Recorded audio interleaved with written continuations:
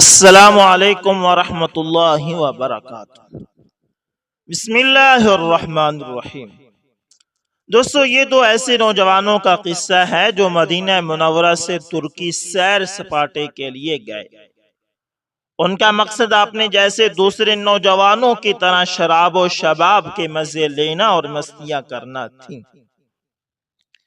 Istanbul پہنچتے ہی انہوں نے سب سے پہلے کچھ کھانے پینے کی اشیاء کے علاوہ اپنا مدعا اول شراب کی بوتلیں خریدی اور ٹیکسی پر بیٹھ کر ہوٹل کی طرف روانہ ہوئے۔ ہوٹل انہوں نے شہر کے مضافات میں جا کر ایسا پسند کیا جہاں انہیں کوئی جاننے پہچاننے والا نہ دیکھ سکے۔ کاؤنٹر پر رجسٹریشن کراتے ہوئے کلرک کو جیسے ہی پتا چلا یہ دونوں مدینہ شریف سے آئے ہیں تو اس نے عام کمرے کے رینٹ میں ان کو ایک سویٹ کھلوا کر دے دیا۔ اہل مدینہ چل کر اس کے ہوٹل میں آ گئے ہیں، اس کی خوشی دیدنی ہو گئی۔ دونوں کمرے میں پہنچے اور بس بوتلیں کھول کر میدے میں انڈیلنے بیٹھ گئے۔ ایک تو کم ظرف نکلا، کچھ ہی دیر میں نشے سے دھت بے سد سو ہو گیا، جبکہ دوسرا نیم بدہوش باقی کی بوتلوں کو کل کے لیے چھوڑ کر سو گیا۔ ان کو سوتے کچھ ہی دیر گزری ہوگی کہ کسی نے دروازہ کھٹکھٹایا۔ صبح کے 4:30 بجے تھے۔ ایک نے غنودگی میں اٹھ کر دروازہ کھولا تو سامنے کاؤنٹر کلرک کھڑا تھا۔ کہنے لگا کہ ہمارے امام مسجد نے یہ جان کر کہ ہوٹل میں مدینہ شریف سے 2 آدمی آ کر ٹھہرے ہوئے ہیں، نماز پڑھانے سے انکار کر دیا اور کہا کہ وہ ایسی بے ادبی ہرگز نہیں کر سکتا، لہذا ہم سب لوگ آپ کا مسجد میں انتظار کر رہے ہیں، آپ جلدی سے تیار ہو کر آ جائیں۔ اس جوان کو یہ بات سن کر حیرت کا شدید جھٹکا لگا۔ اس نے جلدی سے اپنے دوسرے ساتھی کو جگا کر بتایا کہ صورتحال ایسی ہو گئی ہے، کیا تجھے کچھ قرآن شریف یاد ہے؟ دوسرے ساتھی نے کہا، ہاں، گزارے لائق قرآن شریف تو یاد ہے، مگر لوگوں کی امامت کراؤں ایسا نہ سوچا ہے اور نہ ہی کراؤں گا۔ دونوں سر جوڑ کر بیٹھ گئے اور لگے سوچنے کہ اس گلے آن پڑی مصیبت سے کیسے جان چھڑائیں۔ اسی اثنا میں ایک بار پھر دروازہ کھٹکا۔ کاؤنٹر کلرک کہہ رہا تھا، بھائیو جلدی کرو، ہم لوگ مسجد میں آپ کے منتظر ہیں، کہیں نماز میں دیر نہ ہو جائے۔ ایک کے بعد دوسرے نے بھاگ کر غسل کیا، جلدی سے تیار ہو کر نیچے مسجد پہنچے۔ کیا دیکھتے ہیں کہ مسجد نمازیوں سے بھری ہوئی ہے۔ ایسا لگتا تھا کہ لوگ نماز فجر کے لیے نہیں بلکہ مدینہ شریف کے شہزادوں کی اقتداء میں جمعے کی نماز کے لیے اہتمام سے بیٹھے ہیں۔ ایک نوجوان کہتا ہے کہ میں مصلی پر جٹ چڑھا، اللہ اکبر کہہ کر لڑکھڑاتی زبان سے الحمدللہ رب العالمین پڑھا۔ نمازیوں میں سے کسی کی اس تصور سے کہ مدینے کا مکین دیار حبیب صلی اللہ علیہ وسلم سے آیا ہوا اور مسجد رسول کا ہمسایہ انہیں نماز پڑھا رہا ہے، سسکاری نکل گئی۔ پھر کیا تھا، کئیوں کے ضبط کے بندھن ٹوٹ گئے۔ کہتا ہے، نمازیوں کے رونے سے میری ندامت کیا بڑی کہ میں بھی رو پڑا۔ سورہ فاتحہ کے بعد میں نے پڑھی تو محض سورۃ الاخلاص ہی، مگر اپنے پورے اخلاص کے ساتھ نماز ختم ہوئی۔ نمازی میرے ساتھ مصافحہ کرنے کے لیے امڑ پڑے اور کہیں ایک تو فرتے محبت سے مجھے گلے بھی لگا رہے تھے۔ میں سر جھکائے کھڑا اپنا محاسبہ کر رہا تھا۔ اللہ نے مجھ پر اپنا کرم کیا اور یہ حادثہ میری ہدایت کا سبب بن گیا۔ اللہ اکبر، اللہ اکبر۔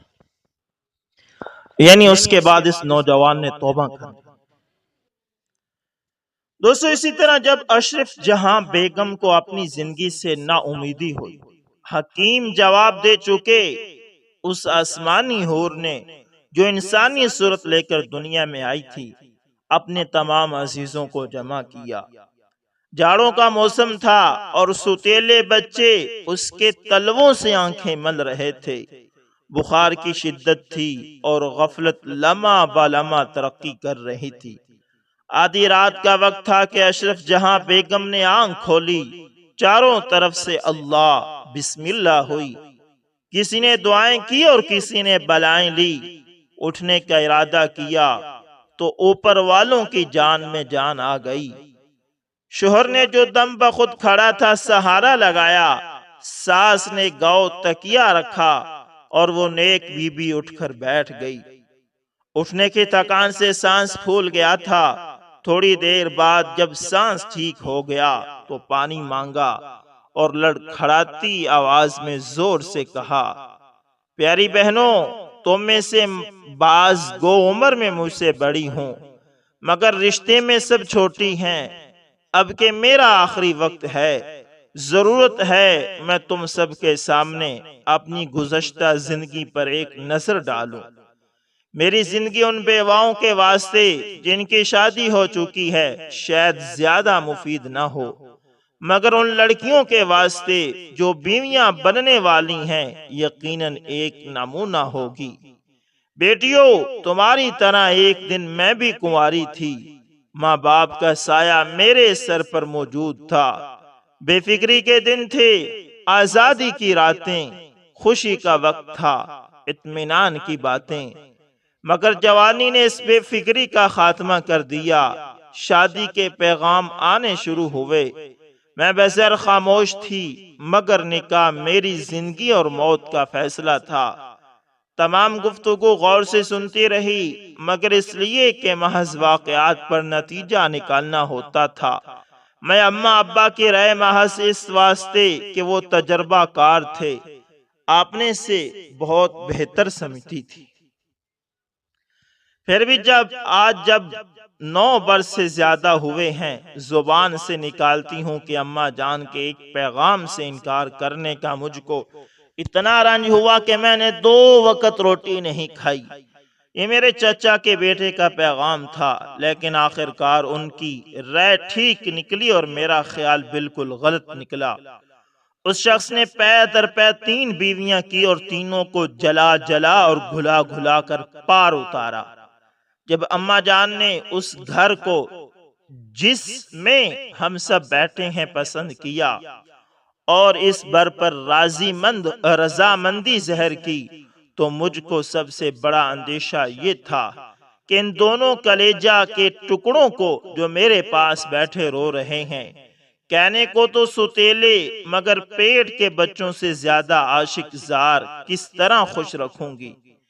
یہی دڑکا تھا جس کو ساتھ لیے میں سسرال میں آ داخل ہوئی۔ سرکار نے جیسا دنیا کے تمام مردوں کا قاعدہ ہے میری صورت دیکھتے ہی بچوں کے وقت کم کر دی۔ ان کا کھانا پینا، پہننا، اوڑھنا سب میرے ہاتھ میں تھا۔ میں خود بچہ تھی اور ان بچوں کی خدمت میرے بس کا کام نہ تھا، پھر بھی خوف خدا میرے دل میں تھا۔ میں سمجھتی تھی کہ دنیا کے کسی حالت کو قیام نہیں، زندگی کے ساتھ انقلاب لگے ہوئے ہیں۔ یہ 2 معصوم روحیں جو قدرت نے میرے سپرد کی ہیں محض میری شفقت کی محتاج ہیں۔ نامعلوم چند روز بعد میں اس شفقت کے قابل بھی رہوں یا نہ رہوں، میں اندھی لنگڑی گاندڑی رنڈ ہو جاؤں اور بھیک بھی مجھ کو میسر نہ ہو، اس لیے جہاں تک ممکن ہوتا میں ان کی خاطر مدارت کرتی رہتی۔ 2 سال اسی طرح گزرے اور میں بھی ایک بچے کی ماں بن گئی۔ مجھے اب اپنے بچے کے آگے یہ دونوں زہر معلوم ہوتے اور ہر وقت یہ خواہش ہوتی کہ سرکار کی تمام محبت یعنی میرے شوہر کی تمام محبت چاروں طرف سے کھنچ کر میری طرف آ جائے۔ میری آرزو پوری ہوئی۔ سرکار دم بھر میرے بچے سلمان کو آنکھ سے اوجھل نہ کرتے اور اپنے بچے عرفان کو جو مشکل سے 3 برس کا ہوگا ہمارے کمرے تک میں گھسنے نہ دیتے۔ اسی طرح 4 برس بیت گئے۔ مجھے دن عید اور رات شب برات تھی۔ ان ستیلے بچوں کا کانٹا قریب قریب نکل چکا تھا۔ یہ زندہ تھے مگر مردوں سے بدتر۔ میں بھی اس وقت کچھ ایسے گھمنڈ میں تھی کہ مجھے ان سے سیدھے منہ بات کرنا قسم، میں جو ہاتھ اٹھا کر دیتی یہ لے لیتے، جو کہہ دیتی وہ کر لیتے۔ عرفان لاکھ بچہ تھا مگر 6-7 برس کا بچہ اپنی حالت اچھی طرح پہچانتا اور اپنی عزت پوری پوری طرح جانتا ہے۔ دن بھر میرے بچے کے پیچھے خوشامد کرتا پھرتا، پٹتا کٹتا، گھرکیاں سنتا اور اف نہ کرتا۔ مجھ کو خود ایسے لڑکے کی ضرورت تھی جو ہر وقت سلمان کی خدمت کرتا، اس کو بہلائے کھلائے، اس کی خدمت کرے۔ ان داموں عرفان مجھ کو کچھ گرا نہ تھا۔ سلمان کھانا کھا چکتا تو اس کے آگے کا بچا بچایا کھانا بھی میں اسی کو دے دیتی۔ پرانی دہرانی جوتی، پھٹا پرانا کرتا بھی اسی کے کام آتا۔ میری سوکن کے زمانے کا ایک طوطا تھا جس کو سب ہیرامن کہتے تھے۔ ایک دن کا ذکر ہے کہ گرمی کے موسم میں شام کے وقت میں نہانے جا رہی تھی۔ سونے کی گھڑی نکال کر میں نے رکھنی چاہی۔ سلمان میرے پاس بیٹھا کھیل رہا تھا۔ گھڑی دیکھتے ہی مچل گیا۔ 10-20 روپے کی چیز ہوتی تو خیر تھی۔ 350 کی گھڑی میں نے اٹھا کر صندوقچے میں چھپا دی۔ بچہ مچل گیا، لگا پٹخانیاں کھانے۔ عرفان کھڑا اس کو پنکھا جھیل رہا تھا، بہلایا چمکارا، مگر بچہ کسی طرح قابو میں نہ آیا۔ اسی سلسلے میں غریب جا کر طوطے کا پنجرا اٹھا لایا اور کہنے لگا، مٹھو میاں پر ہنس رہا ہے، وہ تو ادھر بہلا اور تو ادھر بہلا اور میں غسل خانے میں پہنچتی ہوں۔ اس نے ایسے کیا، اس نے بہلایا اور میں غسل خانے میں چلی گئی۔ ابھی اچھی طرح نہانے بھی نہ پائی تھی کہ اس کے بلکنے کی آواز میرے کان میں پہنچی۔ کیسا نہانا اور کس کا غسل! جلدی سے 3 لوٹے ڈال کر بہر آئی تو کیا دیکھتی ہوں کہ بچے کی انگلی سے خون کی تللی باندھی ہوئی ہے اور وہ تڑپ رہا ہے۔ محبت کے مارے بے تاب اور غصے کے مارے آگ بگولا ہو گئی۔ انا کہ منہ عرفان نے طوطے سے انگلی کٹوا دی۔ اتنا سنتے ہی میں آپے سے بہر ہو گئی۔ بس چلتا تو عرفان کی بوٹیاں کاٹ کر چیلوں کو دے دیتی۔ میں نے ایک غضب کی بھری ہوئی نگاہ اس پر ڈالی۔ اس کی رنگت زرد پڑی ہوئی تھی اور تھر تھر کانپ رہا تھا۔ وہی طوطے کا پنجرا جس کی ایک تیلی ٹوٹی ہوئی تھی، اٹھا کر اس کے منہ پر اس زور سے مارا کہ تیلی انگل بھر کان میں گھس گئی۔ اس کے گھورے گھورے کلے خون میں لہو لہان ہو گئے۔ بن ماں کا بچہ اس وقت مصیبت کی سچی تصویر تھا۔ بے کسی اس کے چہرے پر برس رہی تھی اور گھونگر والے بال اس کی بے گناہی کی داد دے رہے تھے۔ اس کی معصوم آنکھیں آنسوں کی جھڑیاں بہا رہی تھی، مگر میرے غصے کی آگ کسی طرح ٹھنڈی نہ ہوتی تھی۔ جب تک انا نے انگلی دہلا کر پٹی باندھی، میں نے اس مصیبت کے مارے کا ہاتھ پکڑ کر 2 تماچے اور مارے اور پھر ایک ایسا دھکا دیا کہ بے قرار ہو کر در پر جا کر پڑا اور ستون کی کھگر بھوم میں چھپ گئی۔ کن پٹی پہلے ہی لہو لہان ہو رہی تھی، پھون بھی زخمی ہو گئے۔ بے بس اور مظلوم عرفان کی وہ تصویر آج تک میرے دل سے فراموش نہ ہوئی۔ اس کے کپڑے خون میں شرابور تھے، مگر اس کو اپنی تکلیف کا مطلق خیال نہ تھا، بلکہ اس سے بھی بہت زیادہ مار پیٹ کا اسے یقین تھا۔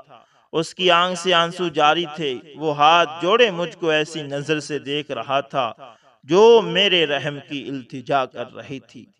ڈر کے مارے آواز بند تھی اور ایک 8 برس کی جان میرے سامنے بیری کی طرح تھر تھر کانپ رہی تھی۔ میں اس حالت میں غصے سے بھری سلمان کو گود میں لیے اپنے کمرے میں پہنچی۔ وہ سو گیا تھا، پلنگ پر لٹا دیا۔ اتنے ہی میں سرکار تشریف لائے۔ میں سلمان کو کلیجے سے لگائے بیٹھی تھی، دیکھتے ہی گھبرا گیا اور پوچھا، کیوں خیر ہے؟ کیا ہوا؟ میں آپ دیدہ ہو کر، ہاں شکر ہے اللہ کا، اس کا پنڈا پھیکا ہو گیا، وقت کی بات ہے، چوک گئی۔ انا کم بخت بھی ادھر چلی گئی۔ عرفان نے طوطے سے کٹوا دیا، اتنا سارا جیتا جیتا خون نکل گیا۔ یہ بلک رہا تھا، وہ ہنس رہا تھا۔ میں نے آؤ تو ساری انگلی الگ ہو جائے، یعنی میں نہ آتی تو ساری انگلی ہی کٹ جاتی۔ سرکار کی حالت تو اتنا سنتے ہی کچھ سے کچھ ہو گئی۔ وہ بغیر کپڑے اتارے بہر گیا اور عرفان کو اٹھا کر انگنائی سے بہر پھینک دیا۔ 8 برس کے بچے کی بساط ہی کیا، ہاتھ کی ہڈی جڑ سے ٹوٹ گئی۔ ایسی حالت میں سرکار نے اس کے کپڑے اتروائے اور ہنٹر لے کر اس قدر مارا کہ تمام کھال ادھڑ گئی۔ بے گناہ معصوم کے پاس قصور سے بری ہونے کی کوئی شہادت نہ تھی۔ وہ سر سے پاؤں تک خون میں ڈوب چکا تھا اور کوئی حمایتی لا وارث عرفان کا ایسا نہ تھا جو ہم ظالموں کے قبضے سے مظلوم کو نکال لے۔ آخر سرکار نے اس کا ہاتھ پکڑ کر گھر سے نکال دیا اور سلمان کو گود میں لے کر بیٹھ گیا۔ میں اس وقت نہایت خوش دل میں ہنستی، زہر میں ٹھنڈے سانس بھرتی بہر آئی۔ رات چاندنی تھی، 8 بج چکے تھے۔ ڈیوری میں خسر پسر کی آواز کان میں آئی۔ میرا قدم دھرنا تھا کہ احسان، عرفان کا بڑا بھائی جو اب 10 برس کا تھا، میری صورت دیکھتے ہی سہم گیا۔ اس کی گود میں عرفان کا سر تھا۔ وہ ہاتھ جوڑ کر کہنے لگا، یہ سو گیا، جاگتا ہی نہیں، میں اس کو ابھی لے جاتا ہوں۔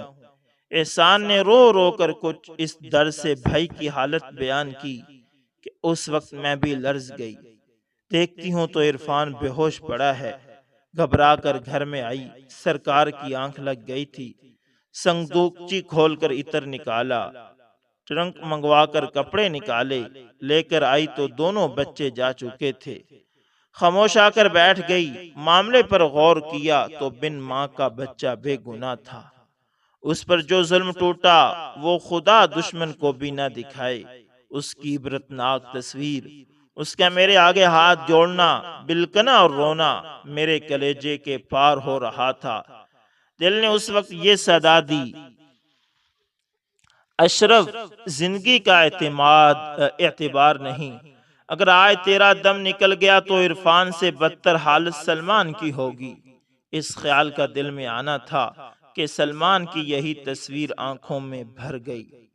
برقع اوڑھ کر باہر نکل گئی۔ کوٹھی کے سامنے قبرستان تھا۔ چاندنی رات میں 2 معصوم بچے ایک قبر پر نظر آئے۔ چھوٹا بے ہوش تھا اور بڑا اس کی صورت دیکھ دیکھ کر تڑپ رہا تھا۔ میں چپکے کھڑی ان کو دیکھ رہی تھی۔ دفعتاً چھوٹا کھسمایا اور بڑے نے اس کے منہ پر منہ رکھ کر کہا، بھائی اٹھ بیٹھ۔ عرفان، بھائی میرے ہاتھ میں بڑا درد ہو رہا ہے، ہاتھ نہیں اٹھتا۔ ابا جان نے جو بہر پھینکا تو چوٹ لگ گئی۔ احسان، لا، میں اپنا کرتا اتار کر باندھ دوں، ہمارا بھی تو اللہ ہے۔ اب ہم بڑے ہو جائیں گے تو آپ کمانے لگ جائیں گے۔